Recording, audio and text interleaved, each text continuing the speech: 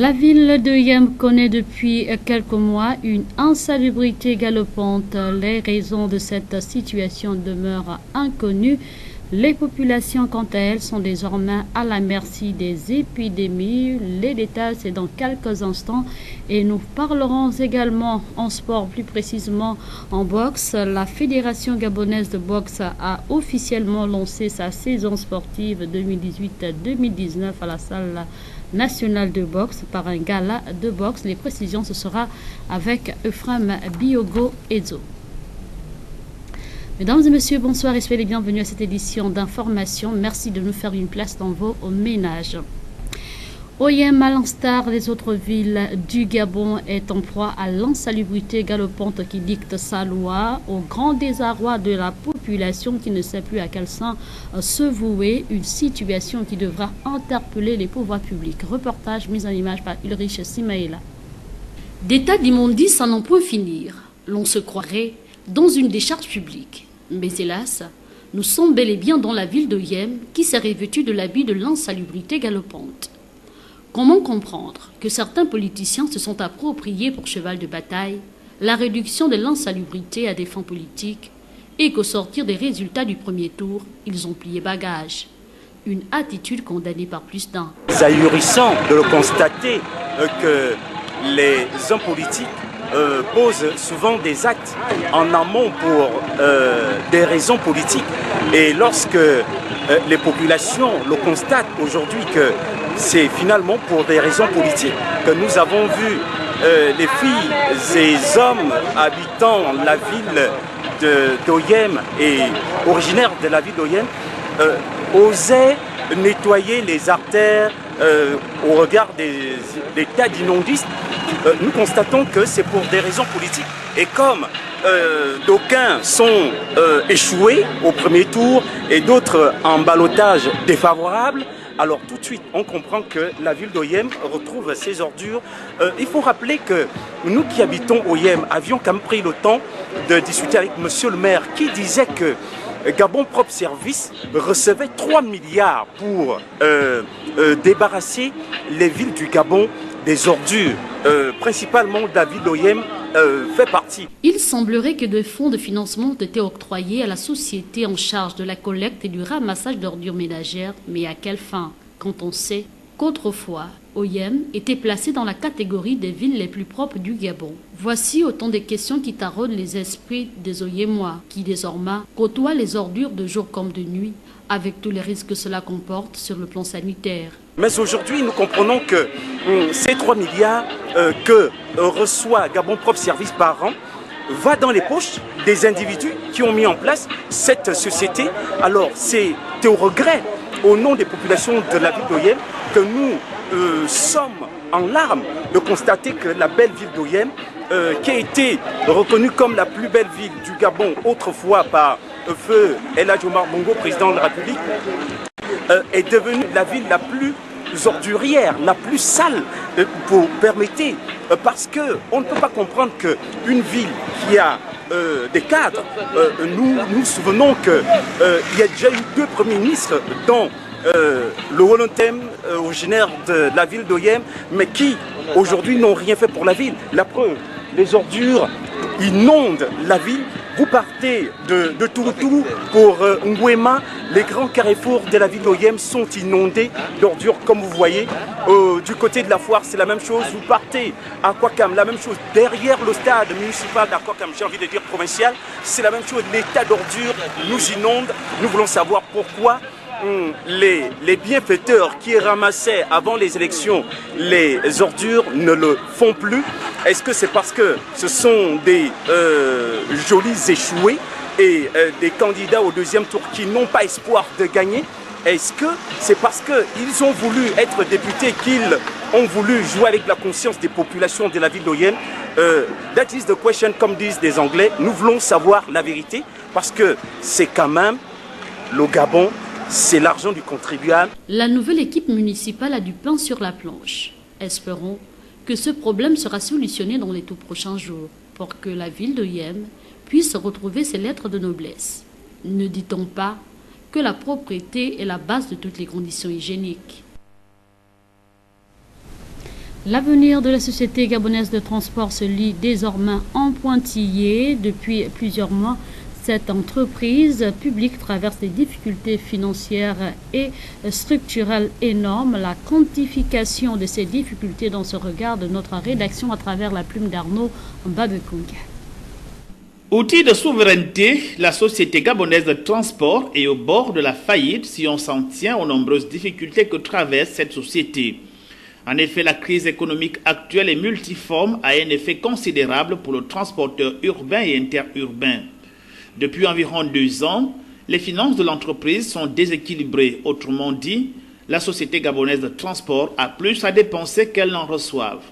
Ainsi, sur l'échelle des dépenses, la masse salariale s'élève à 400 millions de francs CFA pour 1056 agents et sur l'entretien du matériel roulant, à côté des pièces de rechange difficiles à trouver et quand c'est local, le prix est très onéreux, la consommation du carburant par exemple est d'environ 300 litres par autocar jour, soit près de 9 millions de francs CFA tous les 5 jours. Ces quelques dépenses dépassent largement les 671 millions alloués par l'État. Des difficultés consécutives au manque d'innovation afin que l'entreprise s'adapte au contexte actuel et aux besoins de la société dans laquelle elle évolue. Outre ces difficultés, Sogatra traîne aussi d'importantes dettes. Doté d'un parc automobile de 239 bus, dont seuls 53, voire moins, sont opérationnels à ce jour. Même l'aventure en vue de retrouver un nouveau souffle en mettant en circulation 140 taxis compteurs s'avère aujourd'hui infructueuse.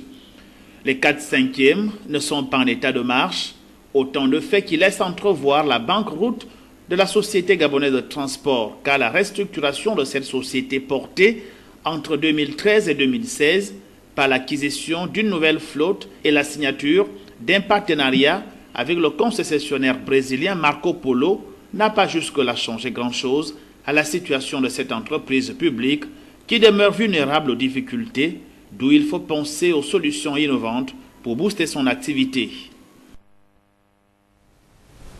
L'entreprise en charge de la construction de la route derrière l'école balise de Port-Gentil s'en est allée pour des raisons inconnues, une situation qui plonge les populations dans une inquiétude, surtout que l'on approche de la grande saison de pluie. C'est ce qui ressort du reportage signé Dorothée Karine Aoré de Mediaplus.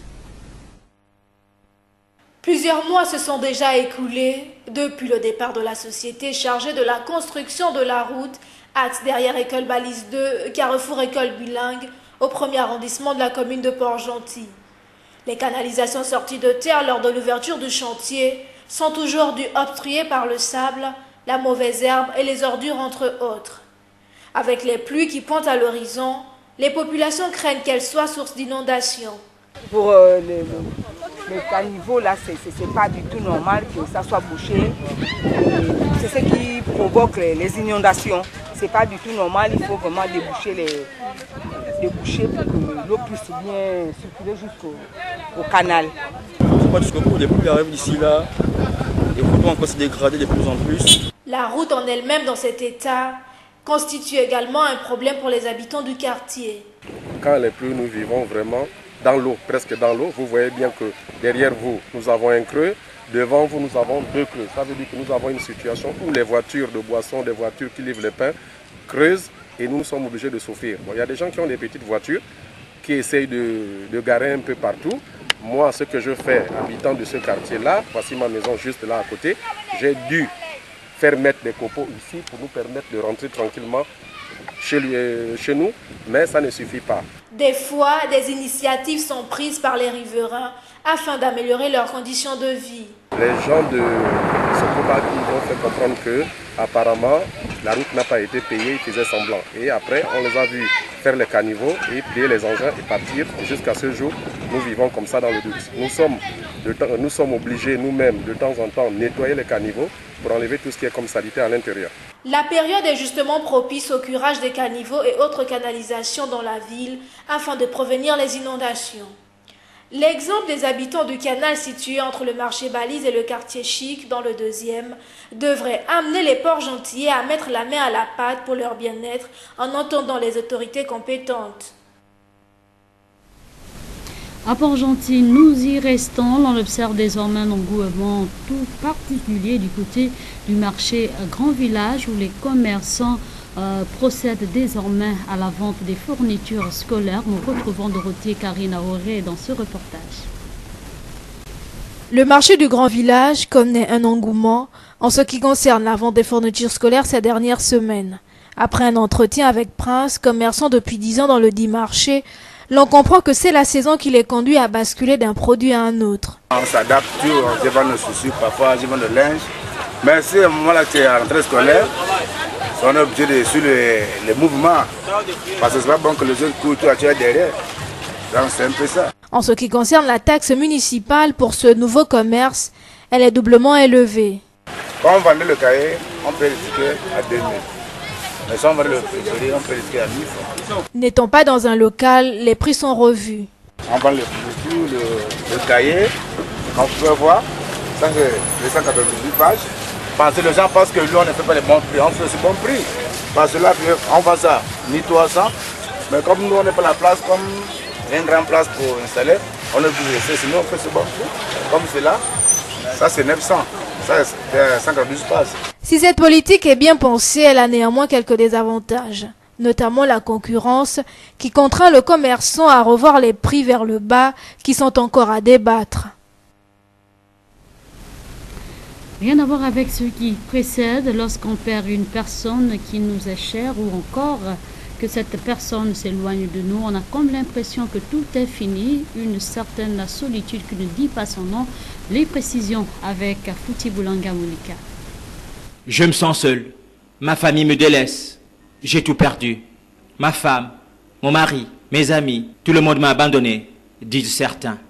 Mais au lieu de se lamenter, il vaut mieux se relever. Ta solitude est peut-être un signe du destin. Il vaut mieux être seul qu'être mal accompagné, car les mauvaises compagnies corrompent les bonnes mœurs. Parfois être seul te prépare à une nouvelle gloire, une gloire dans laquelle tu ne peux parfois y avoir accès que si tu es entouré de la bonne personne. Au mieux, une gloire dont seul Jésus-Christ, pour les chrétiens, Mahomet pour d'autres, est et doit être ton seul compagnon.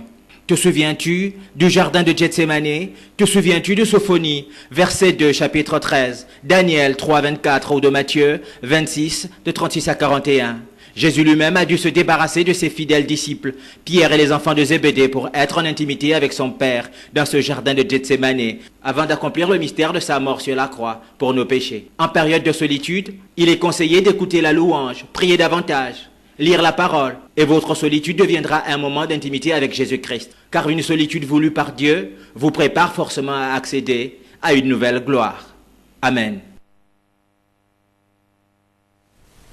Place à présent l'actualité hors de nos frontières qui nous amènera d'abord en France, dans la ville de Val-de-Marne, où un jeune lycéen a braqué une arme factice sur sa professeure. L'enseignante a porté plainte et le jeune homme risque une peine d'emprisonnement de 5 ans. Les précisions avec nos confrères de la presse internationale.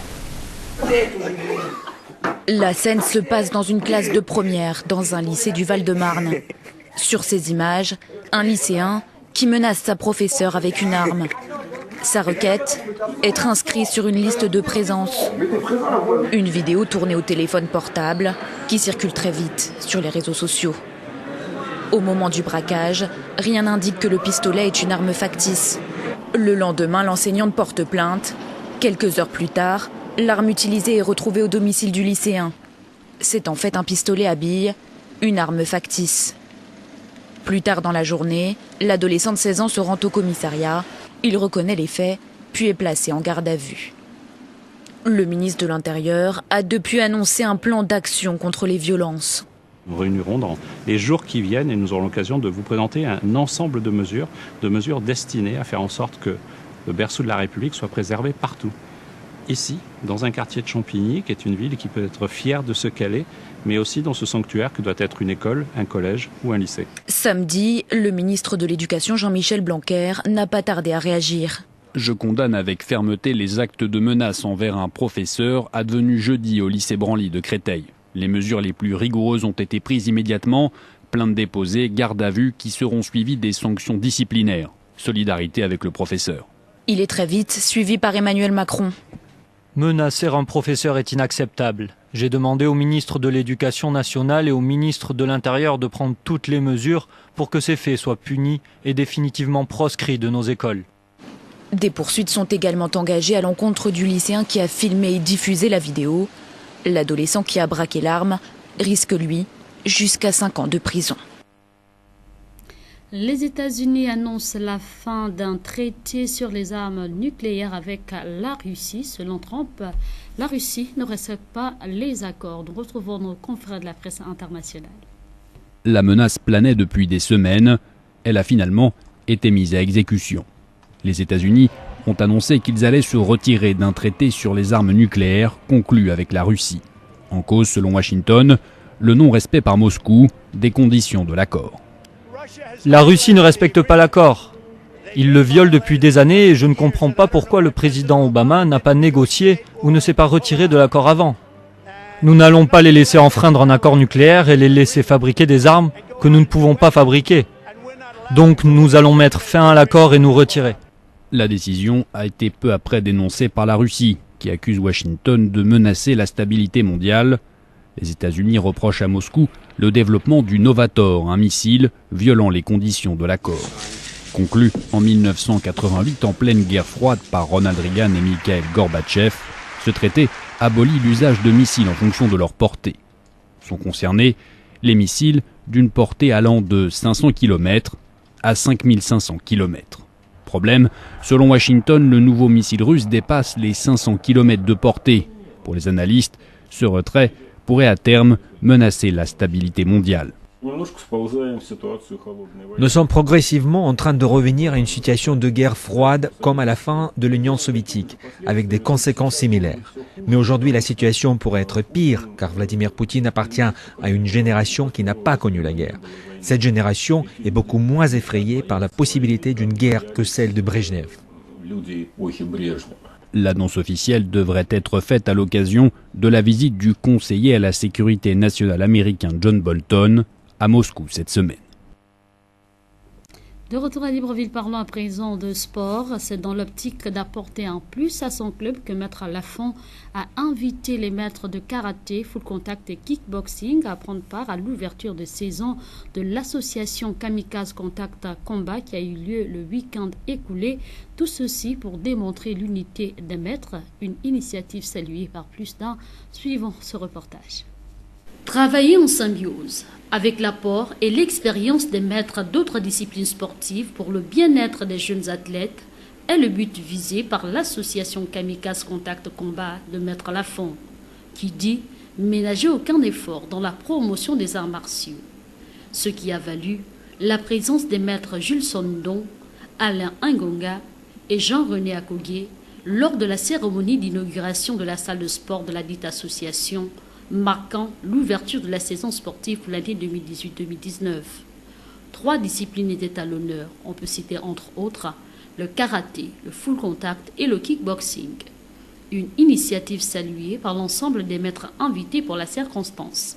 Je félicite d'ailleurs parce que ce n'est pas souvent donné à tout le monde d'avoir de telles structures. Alors, nous, ici, vous voyez bien, nous sommes là dans l'initiation du kickboxing, des techniques de premier niveau, première base et tout. Il faut toujours répéter ces techniques-là, parce que sans les techniques de premier niveau, le reste ne vaut pas la peine. Ce sont des techniques de premier niveau qui nous conduisent à éventuellement avoir une très bonne maîtrise technique et pour pouvoir devenir des superbes champions. Nous sommes ici, comme je disais, c'est pour éventuellement aider le Maître Lafont dans le travail qu'il est en train de faire, parce qu'au niveau d'Ovendo, il faut reconnaître qu'Ovendo, c'est une grande commune, mais il y a très peu de clubs, notamment de kickboxing, de karaté, de taekwondo et tout le reste. Et j'invite d'ailleurs toutes les ceintures noires, sinon les maîtres habitants à Ovendo, de faire comme le Maître Lafont, d'ouvrir des salles et d'inviter les autres afin que tout le monde puisse travailler ensemble. Voilà, parce que souvent, il n'est pas bon de travailler seul dans son coin. Or, ensemble, on peut faire mieux. J'ai été invité en tant que président de l'association des maîtres et président des clubs. Et c'est pour moi une façon de rehausser par ma présence l'inauguration de ce club. Parce que ça fait déjà, on va dire, le 3e club de notre association qui va s'implanter ici dans la commune d'Ovendo. Donc il était question pour nous de nous présenter et puis par notre présence, honorer déjà le Maître Lafont, qui est le responsable de ce club, et puis confirmer effectivement l'existence et le combat qui est le nôtre compte tenu de notre discipline qui est en train qui se meurt. C'est un club qui a plusieurs disciplines. Vous avez là-dedans le karaté, le kickboxing et le full contact. Donc c'est vraiment pas facile pour un maître de pouvoir gérer toutes ces disciplines-là. Donc il y a une variété et par rapport à la variété, il s'arrange à mettre tous ces athlètes au point. Et sans oublier que là-dedans, il va falloir qu'ils ressortent les équipes qui vont devoir prendre part aux compétitions. Donc c'est vraiment pas facile. Donc pour moi, je suis satisfait. Et puis c'est surtout la qualité, c'est surtout pas trop la quantité, mais c'est la qualité qui nous importe. Voilà. On voit les techniques de base, les combinaisons de combat, comme c'est l'ouverture de saison. Donc il faut revenir d'abord à la révision des techniques de base avant d'aller aux techniques supérieures. C'est ce qu'on est en train de voir ce matin. Hein? En termes d'organisation, en termes de structuration, parce que j'avoue que il y a très peu de clubs qui organisent à leur ouverture de saison. Lui, il a eu l'honneur de m'inviter, donc vraiment c'est très bien. Et j'encourage mes jeunes frères à faire la même chose et à continuer dans ce sens. Bon, c'est comme vous le savez normalement. On n'a pas pu préparer en fait la relève. On est d'accord? Ce qui fait en sorte qu'aujourd'hui, nous étant, à l'époque, j'étais avec mes anciens, mes aînés. Aujourd'hui, je suis un jeune instructeur, bien sûr. Donc, j'ai vu ce constat-là. Et à cela, j'ajoute, je vous ai dit que j'ai pratiqué du karaté, du kickboxing et de la self-défense. J'ai fait un karaté, j'ai vu un constat. Je suis venu en kickboxing, j'ai vu un constat. Alors, c'est pour ça que je sens plus net maintenant. Okay? De telle sorte qu'il y a la relève. Il y a vraiment la relève. L'union fait la force, nous dit un dicton populaire. Le sport est un élément réunificateur, par conséquent, les hommes qui le composent devraient en revanche se l'approprier pour éviter d'enregistrer les discordes qui deviennent légion dans certaines fédérations, ligues et clubs. Chacun dans son domaine de compétences peut apporter sa modeste contribution à la construction d'un sport solide et fort pour espérer les résultats escomptés lors des grands rendez-vous sportifs. Nous changeons de discipline pour parler de boxe avec la Fédération gabonaise de boxe qui vient de tenir un gala dans cette discipline qui rentre dans le cadre du lancement officiel de ses activités de la saison 2018-2019. C'est la salle nationale de boxe qui a prêté son cadre pour la circonstance. Les précisions avec Euphrem Bioego-Edzo et Vitalis Kumba. Le menu proposé au public à l'occasion de l'ouverture de la saison sportive 2018-2019 au sein de la grande famille du noble art, Alfred Bongo Ondimba, président fédéral, bien qu'absent du pays, pour des raisons professionnelles, a su se faire représenter par son premier vice-président Raymond Guemassa et de toute son équipe, question de faire revivre la boxe gabonaise. Affiche complète lors de ce rendez-vous où les nouveaux boxeurs faisaient leur grande rentrée aux côtés des adversaires dont la cote de popularité résonne au-delà des frontières gabonaises. Chez les 49 kg, Edou Ngwa de la garde républicaine a été déclaré vainqueur au point devant Van Mambongo de l'association Johnson Okume, idem pour Adomis Moussavou, vaincu par un autre sociétaire de la garde républicaine qui, d'entrée, enregistre 3 victoires d'affilée grâce à Ndiakori qui sera sans pitié face à Ikomindong dans la catégorie de 60 kg. Mon ambition, c'est travailler encore plus pour être meilleur dans ma catégorie. Merci à vous. Le stage est un autre chemin de l'arrivée du président du congrès de l'AIBA. Il y a un stage de mise à niveau. D'abord, le stage au niveau des éléments de premier degré, de façon qu'ils sachent comment apprendre d'abord. Parce que, effectivement, vous avez raison, il y a des petits dysfonctionnements en ce qui concerne les boxeurs. Il y a d'autres entraîneurs qui savent améliorer le boxeur, d'autres qui ne savent pas apprendre. Alors que le but aujourd'hui, c'est d'apprendre comment boxer. Alors, c'est l'objectif est là. Tout ça, c'est dans le programme de la fédération. Mais chaque tour arrivera pour éventuellement pallier à ça. La direction technique nationale s'est réjouie du bon déroulement des combats, l'objectif étant de former une sélection nationale homogène. Nous sommes là pour l'organisation d'abord des ligues, après le championnat national. C'est l'objectif qu'a assigné la fédération cette année, surtout le championnat technique national, de façon à avoir une bonne équipe nationale parce qu'il y a des bons boxeurs à l'intérieur et que nous avons informé le président de la fédération qui a pilote. Après le congrès, il y aura le renouvellement de toutes les ligues et éventuellement celui de champion national. À mon avis, à mon humble avis, le niveau n'est pas mauvais. Hein. Vous savez, on n'a pas vu tous les boxeurs. Moi, j'estime quand même que pour juger le niveau des boxeurs gabonais, qu'on ait une compétition internationale. Parce que nous avons des boxeurs de partout, nous avons dans le pays des bons boxeurs, nous avons dans le sud éventuellement, et tous n'ont pas pris part à l'ouverture éventuellement. Mais ce qui est sûr, lorsqu'on aura l'équipe nationale contre un autre pays, c'est seulement pour juger le niveau ici. La Fédération gabonaise de boxe entend notamment bonifier les différents acteurs pour le bien-être du noble art, un travail qui devra se poursuivre sans relâche. Au rugby, la deuxième journée du championnat de rugby à 15 a mis aux prises l'équipe de Souf à celle de Arco 15 au stade de la CETRAG. Victoire du premier cité sur un score de 18-16, une victoire historique pour l'équipe de Souf. Les précisions dans ce reportage mis en image par Mosconi Ngonba. Une victoire qui restera jamais gravée dans la mémoire collective. Souf a renversé la tendance ce week-end face à Arco 15 dans le cadre de la deuxième journée du championnat de rugby à 15 au stade de la CETRAG. Dès l'entame de la partie, Arco 15 a mis en place une stratégie qui s'est avérée payante à la première période en s'imposant 11-8.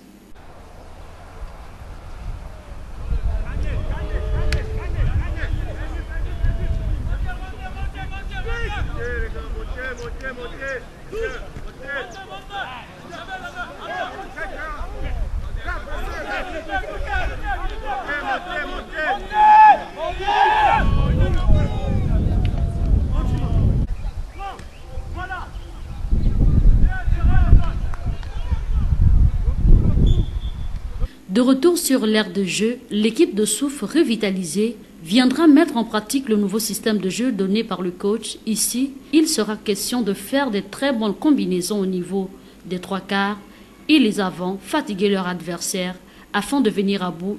Une stratégie qui va voir l'équipe de Souf remonter la pente. Au terme de la rencontre, elle s'imposera sur un score de 18-16. C'est un match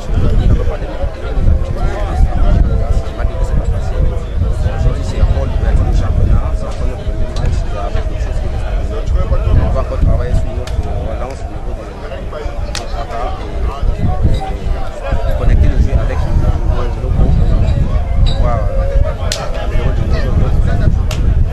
Qu'est-ce qui a manqué dans notre temps alors qu'on a besoin de grands coups de pied pour pouvoir faire souffler les gros, ce qui n'a pas été le cas aujourd'hui.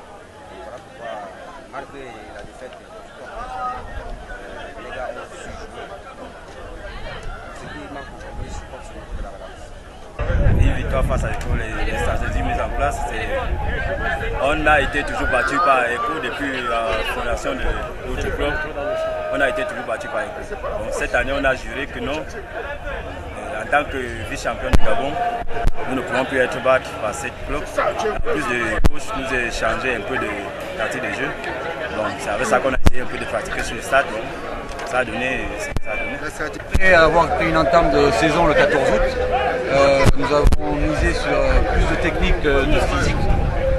On l'a ressenti beaucoup sur le match, malgré une domination quand même sur notre pack, surtout en mêlée. On arrivait quand même, il fallait pousser. On n'a pas réussi à jouer le jeu qu'on voulait réellement. Malgré ça, ça reste une bonne entame de championnat et ça donne bon augure pour la suite du championnat. Car nous souhaitons évidemment pouvoir cette année enfin concrétiser notre rêve d'être champion du Gabon. Nous sommes restés champions à 15 et champions sur le tournoi à 7, donc je pense que cette année c'est parti pour une compétition. Une rencontre historique pour Souf qui a évincé son ennemi des grands jours. Le classement provisoire laisse entrevoir le RCL à la première place avec 5 points, Souf deuxième place avec 4 points, Vautour 15 à la troisième place avec 1 point et Arco 15 qui boucle la marche avec 0 point au compteur. Cependant, une réclamation ayant été portée contre Arco 15 par Souf pour avoir aligné 4 joueurs du RCG dont les mutations n'ont pas été faites selon le protocole.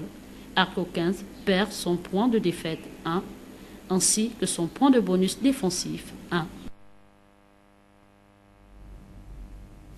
Et avant de nous quitter votre rubrique Expression libre, voici la question qui vous a été posée. Quelle est la date de création de la FAO? Élément de réponse au micro d'Oltman Aldo Mabunda face à la caméra de Vitalis Kumba. Avoir la date création de la FAO. La date de création de la FAO, c'est en 1945. Donnez la date de création de la FAO. Là, la FAO. Elle a été créée en quelle année? Donne-nous la date de création de la FAO. Je connais pas. Création de la FAO. La FAO, on n'a aucune idée. Je connais bien l'institut, mais j'ignore la date de création de la FAO. La date de la création de la FAO. Vraiment, on sait rien. Création de la FAO. On n'a aucune idée malheureusement. Date de création de la FAO. La FAO, j'ignore franchement. Pour ceux qui l'ignorent encore, la FAO a été créée le 16 octobre 1945. C'est sur cette note que se referme cette édition d'information réalisée de main de maître par l'incontournable David Mitola. Merci pour votre fidélité et bonne nuit chez vous.